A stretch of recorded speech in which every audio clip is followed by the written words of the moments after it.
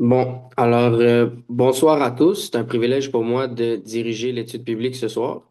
Le texte principal que nous allons utiliser pour cette étude se retrouve dans Luc 10, du verset 38 à 42. Alors, si quelqu'un le trouve, il peut le lire. Luc 10, on va lire du verset 38 jusqu'au verset 42.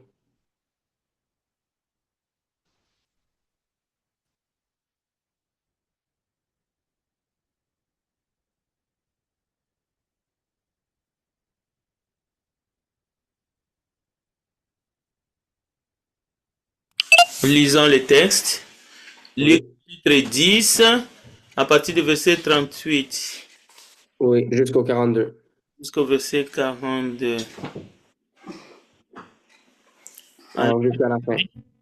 comme Jésus était en chemin avec ses disciples, il entra dans un village et une femme nommée Marthe le reçut dans sa maison. Elle avait une sœur nommée Marie qui, s'étant assise aux pieds du Seigneur, écoutait sa parole. Marthe, occupée à divers soins domestiques, survint et dit, Seigneur, cela ne te fait-il rien que ma sœur me laisse seule pour servir? Dis-lui donc de m'aider. Le Seigneur lui répondit, Marthe, Marthe, tu t'inquiètes et tu t'agites pour beaucoup de choses. Une seule chose est nécessaire. Marie a choisi la bonne part qui ne lui sera point ôtée. Alors, merci, frère Frédéric. Ici, nous voyons que le texte nous dit que Marthe était occupée avec différentes tâches domestiques qu'elle faisait pour servir Jésus. Il est important de connaître le contexte socioculturel de quand ceci a été écrit. Alors, Marthe et Marie étaient deux sœurs juives. Et dans la culture juive du premier siècle, l'hospitalité n'était pas juste une action de politesse ou de gentillesse, c'était un devoir sacré. Quand tu recevais un invité, et surtout un rabbin, c'était dans la culture juive de l'époque de lui préparer un repas digne et honorer l'invité. Ici, dans le texte que nous avons lu, dans l'évangile de Luc, nous voyons que c'est exactement ce que Marthe faisait. Par contre, Marie n'a pas fait pareil, et cela a amené des frustrations du côté de Marthe. Quand Marthe exprime sa frustration au verset 40 en disant, Seigneur, cela ne te fait-il rien que ma sœur me laisse servir seule? Dis-lui donc de m'aider. Jésus lui donne une réponse très intéressante. Il dit, Marthe, Marthe, tu t'inquiètes et tu t'agites pour beaucoup de choses. Une seule chose est nécessaire. Marie a choisi la bonne part qui ne lui sera point ôtée. Il est important de noter que nulle part est-ce que Jésus a dit que les actions de Marthe étaient mauvaises. Au contraire, ses actions étaient bonnes, mais le problème est qu'il lui manquait la chose la plus importante. Et la chose la plus importante est ce que Marie a fait. Ce que Marie a fait est qu'elle s'était assise aux pieds du Seigneur et elle écoutait sa parole, verset 39. Encore une fois, il faut bien comprendre le contexte culturel de l'époque pour avoir une bonne compréhension. Dans la culture juive du premier siècle, s'asseoir aux pieds d'un maître voulait dire devenir disciple. C'était prendre une position de soumission, d'apprentissage et de profonde dévotion. Tu peux être la personne qui sert le plus dans l'Église. Tu peux aller participer au nettoyage du bâtiment à chaque mois. Tu peux toujours arriver en avance les journées qu'il neige pour pelleter la neige qui est dans l'entrée. Tu peux mettre du sel sur la glace pour éviter que quelqu'un glisse et tombe en rentrant dans le bâtiment. Tu peux couper le gazon au printemps ou pendant l'été. Tu peux être la personne qui travaille le plus pour organiser le repas fraternel. Tu peux tout faire. Mais si tu le fais comme un devoir et non comme un acte d'amour et de reconnaissance, tu vas finir comme Marie, c'est-à-dire frustré, surchargé et fatigué.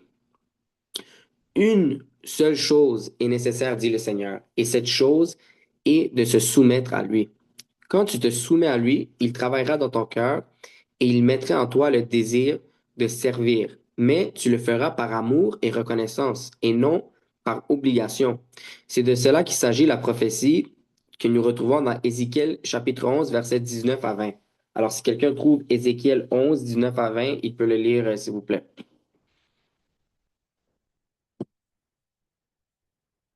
Ézéchiel 11, 19 et 20.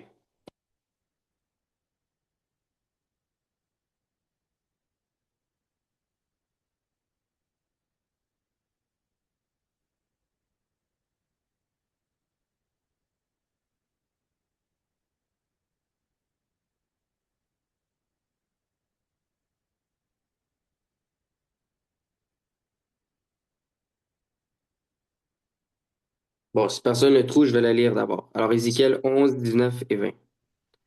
Je leur donnerai un OK. même cœur et je mettrai en vous un esprit nouveau. J'ôterai de leur corps le cœur de pierre et je leur donnerai un cœur de chair, afin qu'ils suivent mes ordonnances et qu'ils observent et pratiquent mes lois. Et ils seront mon peuple et je serai leur Dieu. Merci. Alors, si tu sens que c'est difficile de servir Dieu et que c'est une charge lourde pour toi, tu ne connais pas la grâce de Dieu, car Jésus nous dit dans Matthieu 11, 30 que son joug est doux et son fardeau est léger.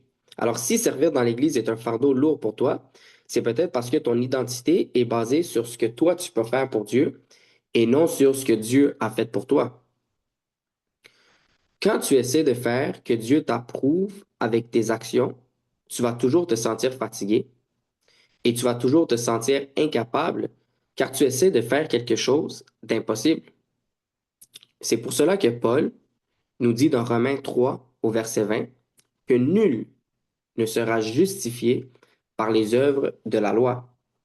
La seule façon que nous pouvons être justifiés n'est pas par nos œuvres à nous, mais par l'œuvre de Jésus-Christ à la croix quand il a payé pour nous.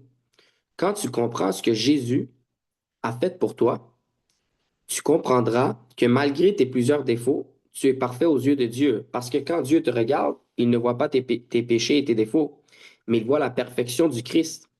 Parce que quand Christ était à la croix, Dieu le Père lui a traité comme s'il avait commis tous les péchés que toi et moi nous avons commis, pour que Dieu puisse oublier nos péchés. Ésaïe 43, verset 25 dit, c'est moi qui efface tes transgressions pour l'amour de moi, et je ne me souviendrai plus de tes péchés. Mais cela n'est pas grâce à quelque chose que tu as fait pour Dieu, mais c'est grâce à ce que Dieu a fait pour toi en envoyant son seul Fils.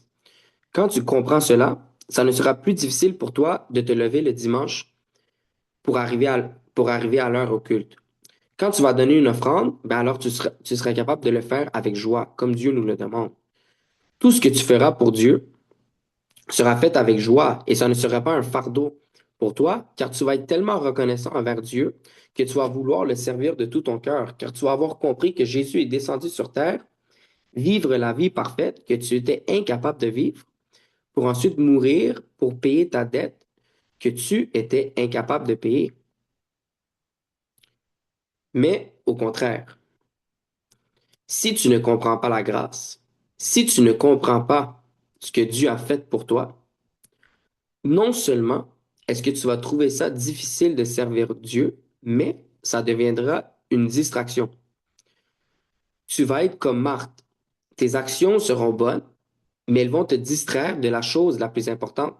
Parce que Marthe, elle faisait quelque chose de bien. Elle préparait un repas pour le servir à Jésus. Mais elle n'était, Marie, ce qu'elle faisait, elle faisait la chose la plus importante parce que Marie, elle était assise au pied du Seigneur et elle écoutait le Seigneur. Alors en réalité, Marthe, ce qu'elle faisait n'était pas mauvaise, mais c'était devenu une distraction. Alors, tes actions vont être bonnes, mais tu seras distrait parce que tu es tellement concentré sur bien faire les choses que tu ne prends pas soin de ta relation avec Jésus. Et Marthe n'est pas la seule personne dans la Bible qui était concentrée sur les actions, mais distraite de la chose la plus importante. Nous avons aussi l'exemple du jeune homme riche. Alors, je vais demander à quelqu'un de lire pour nous dans Matthieu, Évangile de Matthieu, chapitre 19, du verset 16 jusqu'au verset 22.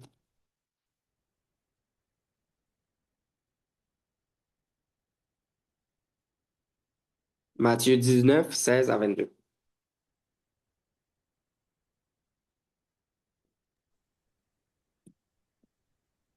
Et voici un Ah, homme s'approcha et dit à Jésus, Maître, que dois-je faire de bon pour avoir la vie éternelle?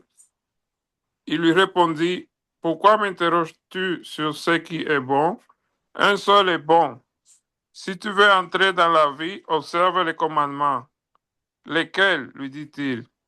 Et Jésus répondit, tu ne tueras point, tu ne commettras point d'adultère, tu ne déroberas point, tu ne diras point de faux témoignages, honore ton père et ta mère, honore ton père et ta mère, et tu aimeras ton prochain comme toi-même.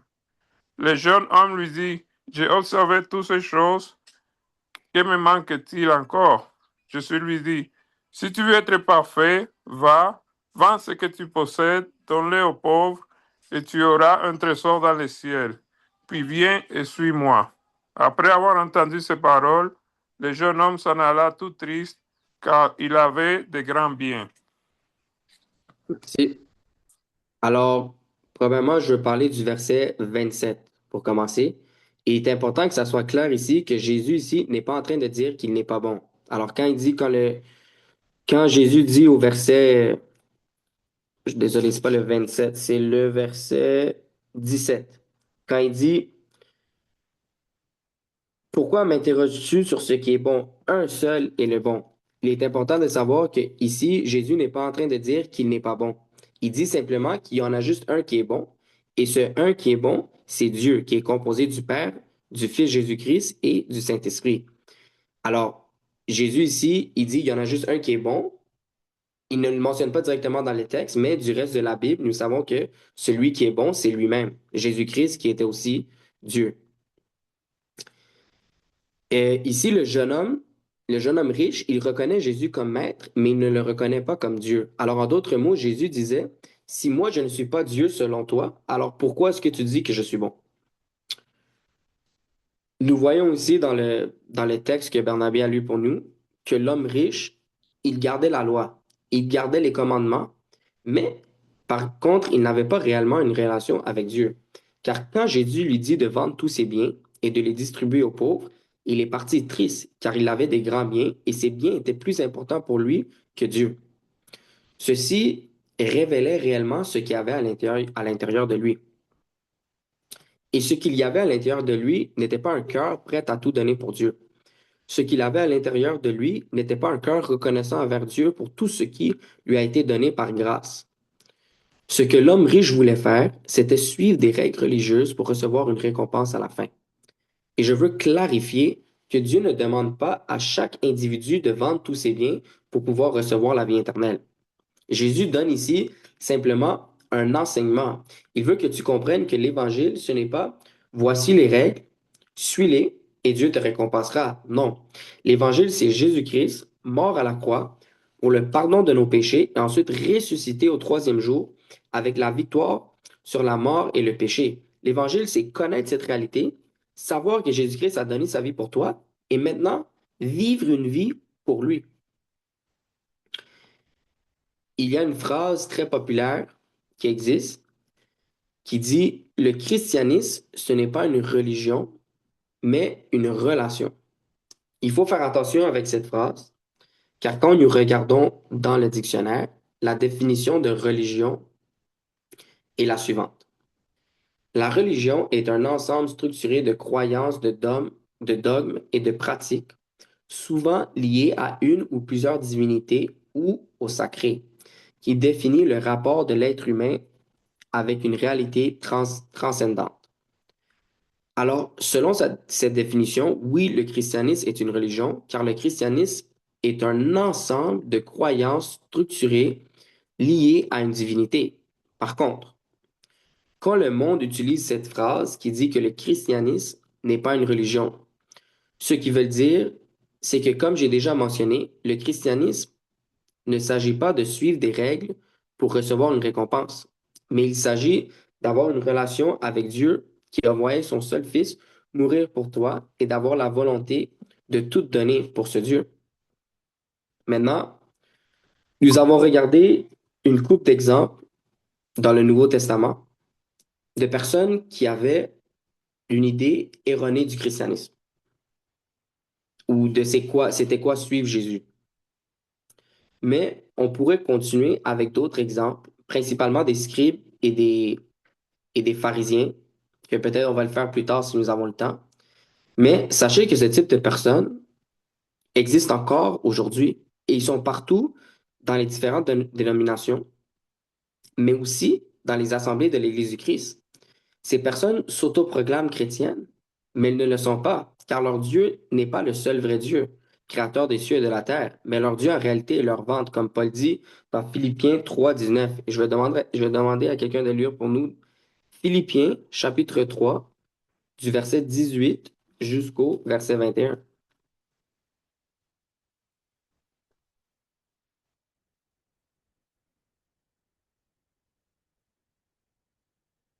Philippiens 3, du 18 au 21.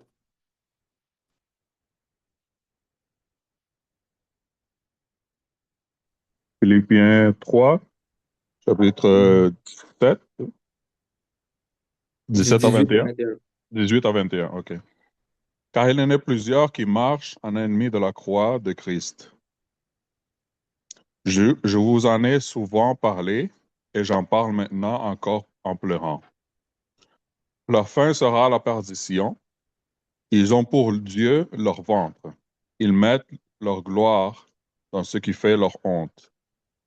Ils ne pensent qu'aux choses de la terre, mais notre cité à nous est dans les cieux, d'où nous attendons aussi comme sauveur le Seigneur Jésus-Christ, qui transformera le corps de notre humiliation en le rendant semblable au corps de sa gloire, par le pouvoir qu'il a de s'assujettir toutes choses.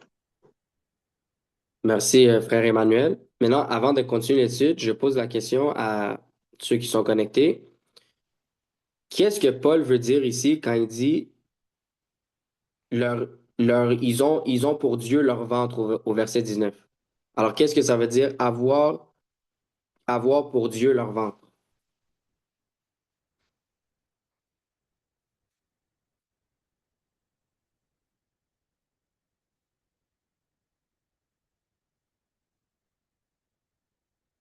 Je donne un peu de temps encore si quelqu'un a une idée de qu'est-ce que Paul essaie de dire avec cette phrase.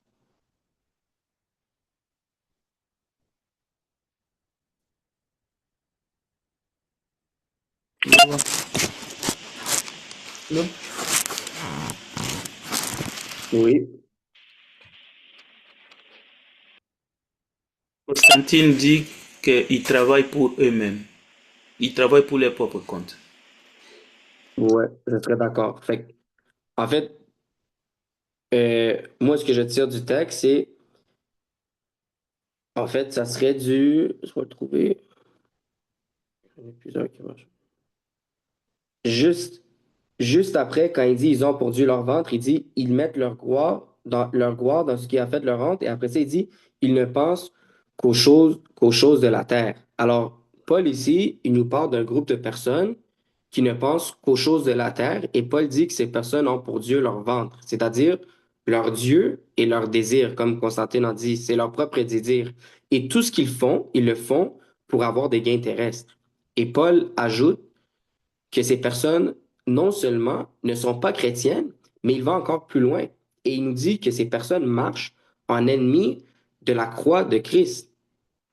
Et alors, je pense que quand on lit cela, ça sonne un peu extrême, être un ennemi de la croix de Christ. Mais ces personnes dont Paul parle ici, ce n'étaient pas des personnes ouvertement qui allaient lever leurs mains et allaient dire, oui, moi, je suis un ennemi de la croix de Christ. C'était des personnes qui étaient, de ce qu'ils pouvaient comprendre du texte, qui étaient dans une assemblée. Ils allaient dans une assemblée, ils se réunissaient avec des chrétiens, mais en réalité, ils étaient des ennemis de la croix de Christ sans le savoir. Et il y a beaucoup de personnes comme ça dans même les assemblées de l'Église du Christ. Et si on va dans les dénominations, c'est encore pire. Si vous regardez l'Évangile de la prospérité, c'est exactement ça.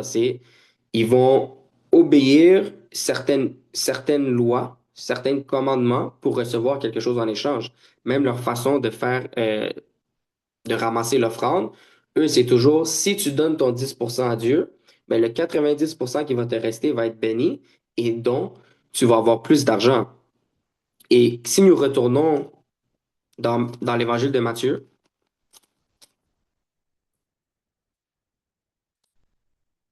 évangile de Matthieu, chapitre 11,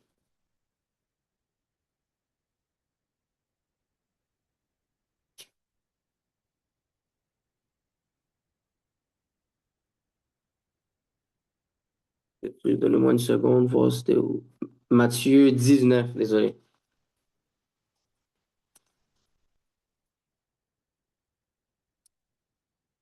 Voilà. Alors, quand le jeune homme riche, il se rapproche à Jésus Sa première question est, Maître, que dois-je faire de bon pour avoir la vie éternelle? Alors, lui, déjà avec sa question qu'il pose, il veut recevoir quelque chose. Mais nous devons comprendre que le plus gros trésor de l'Évangile n'est pas la vie éternelle. Le plus gros trésor de l'Évangile, c'est Jésus-Christ, c'est d'avoir Jésus-Christ en nous. Ensuite, la vie éternelle est quelque chose qui est rajouté. Mais le plus gros trésor, c'est Dieu lui-même. Et si nous ne sommes pas, si notre vision va toujours être de recevoir quelque chose, comme j'ai déjà mentionné, alors c'est là que ça devient lourd de servir Dieu. Ça ne devrait pas être difficile pour nous ça ne devrait pas être difficile pour nous de servir dans l'Église. Ça ne devrait pas être, si c'est difficile pour toi de te lever le matin, le dimanche matin pour aller à l'Église, ben il faut que tu regardes ta relation avec Dieu. Il faut que tu regardes, est-ce que Dieu est vraiment à l'intérieur de moi? Est-ce que le Saint-Esprit est vraiment à l'intérieur de moi? Car la Bible nous dit que c'est Dieu même qui produit en lui le vouloir de lui suivre. Et alors, si nous ne faisons pas attention, nous allons terminer comme Marthe, c'est-à-dire, on va faire plein de choses pour le Seigneur, mais en réalité, on n'aura pas une connexion avec Dieu. Maintenant, je laisse la parole pour s'il y aurait des personnes qui auraient des commentaires ou des, des questions.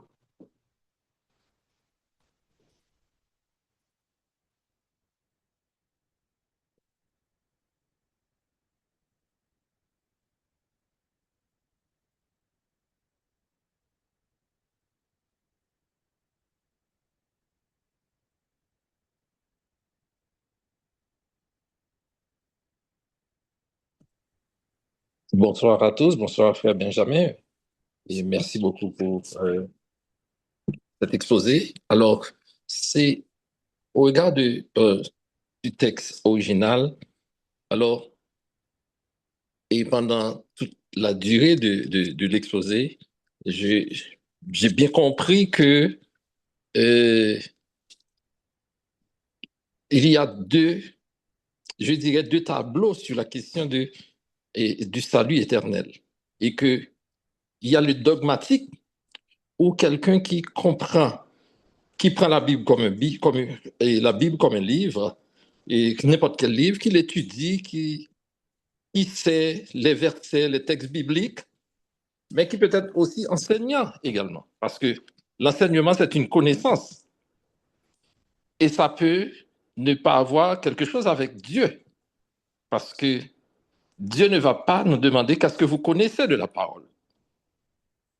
Mais est-ce que vous avez vécu votre vie selon la parole de Dieu?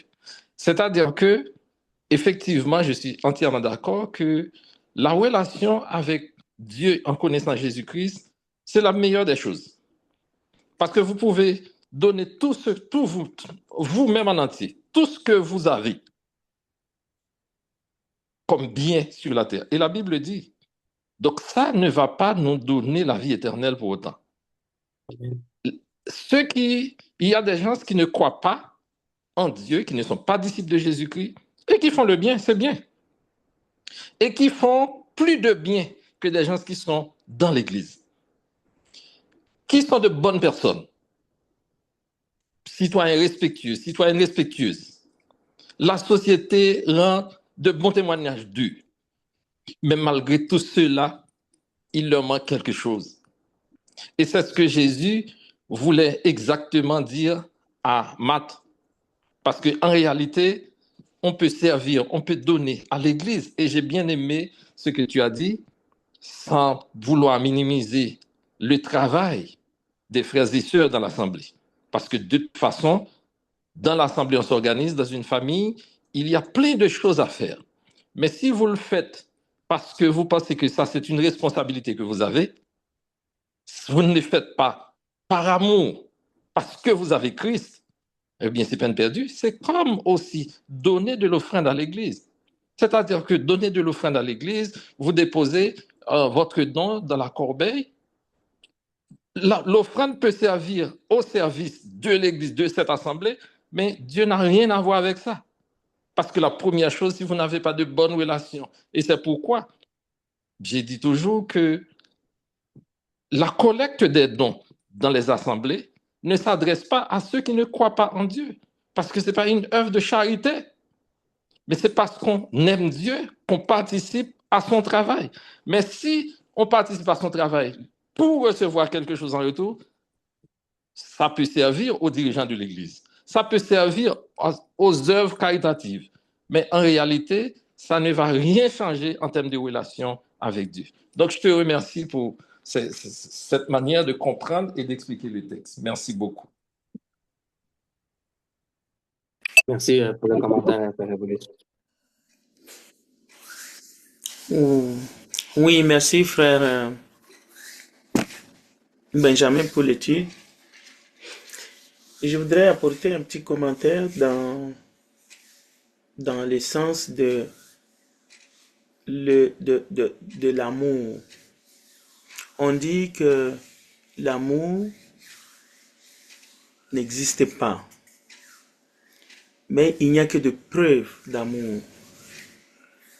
Et je crois que l'étude, ce que j'ai retenu dans les paroles du Seigneur, c'est vraiment, si on veut le comprendre dans le sens de ce que nous pouvons faire pour plaire au Seigneur, c'est plutôt du côté de la foi. Parce qu'aujourd'hui, c'est très facile de se tromper lorsqu'on parle de la foi et on parle de l'amour. Peut-être que il nous arrive souvent de ne pas savoir. Mais en réalité, si on lit Hébreux chapitre 11, pour voir la manière que la foi est définie, en prenant des exemples de ceux qui nous ont procédé, vous allez voir toujours que ça soit Abraham, que ça soit Enoch, que ça soit même la prostituée qui a gardé les espions dans sa maison, Rahab. Lorsqu'on définit la foi, on ne la définit pas comme une théorie, c'est-à-dire ou une relation avec Dieu, mais on la définit comme une pratique. C'est-à-dire, après avoir rencontré ce Dieu-là, quelles sont les conséquences tangibles dans notre vie? Donc, c'est dans ce sens-là, justement, quand Paul n'oppose pas la foi avec les œuvres, mais des fois, il fait réfléchir ceux qui pourront tomber dans le piège de dire j'ai la foi. Et après, justement, plus rien. Donc, mon commentaire ici est de tirer la sonnette d'alarme sur la pratique. Parce qu'il y a un texte qui dit, ne soyons pas des auditeurs oubliés.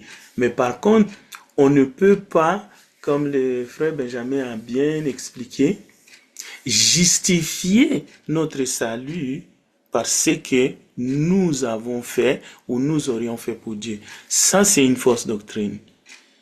Mais on ne peut pas non plus dire je suis sauvé et être un spectateur, que ce soit dans une assemblée locale ou quand on ne contribue pas. Au fait, c'est une forme de désobéissance. Si on est chrétien, qu'on ne donne pas la collecte ou qu'on ne fait pas ceci ou cela, tout ce que le Seigneur nous recommande dans la parole, on désobéit à la parole de Dieu.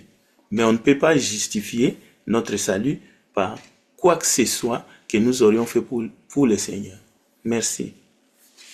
J'ajouterais à cela, Frère Frédéric, que c'est comme dans Jacques quand ça dit que la foi sans œuvre est morte. Et après ça, on pourrait aussi dire le contraire, que les œuvres sans foi, ben, ça fonctionne pas non plus. Alors, c'est que les deux doivent aller ensemble.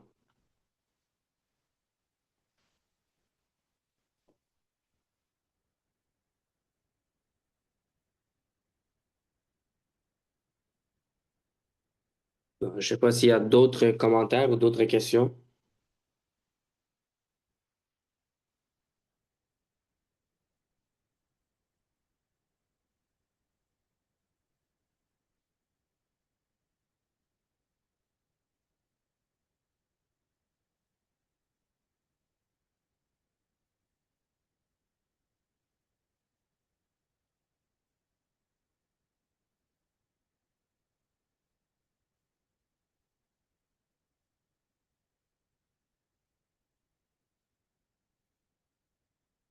Bon, alors je pense qu'on a fait le tour, mais je vais essayer juste avant qu'on termine, je vais trouver un exemple avec les scribes et les pharisiens car il reste un peu de temps. Je vais essayer de trouver ça. Je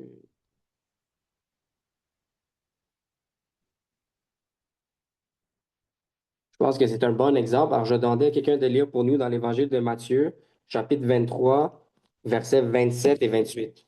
Évangile de Matthieu, chapitre 23, versets 27 et 28.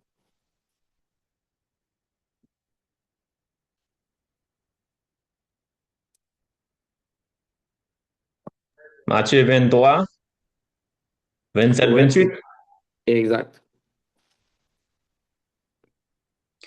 Malheur à vous, scribes et pharisiens hypocrites, parce que vous ressemblez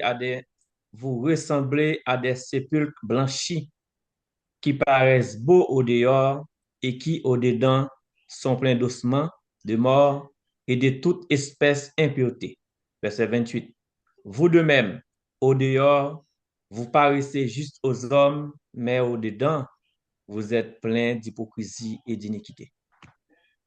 Merci, frère Exumont. Fait que ce texte, principalement, est utilisé comme un enseignement contre l'hypocrisie, mais je pense qu'il est aussi applicable au thème que nous avons choisi ce soir, que j'ai choisi ce soir, car les scribes et les pharisiens, c'est des personnes qui ils suivaient la loi à la lettre. Ils voulaient suivre tout exactement la loi à la perfection, mais en réalité, à l'intérieur d'eux, ils étaient morts. Spirituellement, ils étaient morts. Alors, de l'extérieur, ça paraissait beau parce qu'ils suivaient tout. Ils étaient de l'extérieur, on dirait qu'ils étaient parfaits.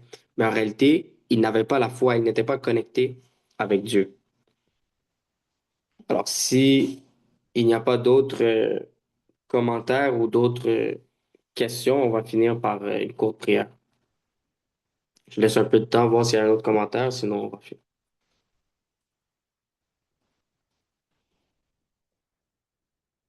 Bon, alors prions. Te remercions, Seigneur, pour cette étude tu nous as permis de faire ce soir. Et je te demandons, Seigneur, que tu nous aides, Seigneur, à ne pas être distrait par les actions, Seigneur, mais que tu nous aides, Seigneur, à comprendre la chose la plus importante qui est d'être connecté avec toi, Seigneur. Je te demande, Seigneur, d'améliorer notre relation avec toi, que chaque jour nous nous rapprochons de toi, Seigneur. Nous te demandons, Seigneur, que tu mettes en nous le désir de vouloir te servir, Seigneur, et que le service dans l'Église ne soit pas une charge ou un fardeau pour nous, Seigneur, mais que nous puissions le faire par amour et par reconnaissance, Seigneur. Te demandant cela au nom de ton Fils Jésus-Christ. Amen.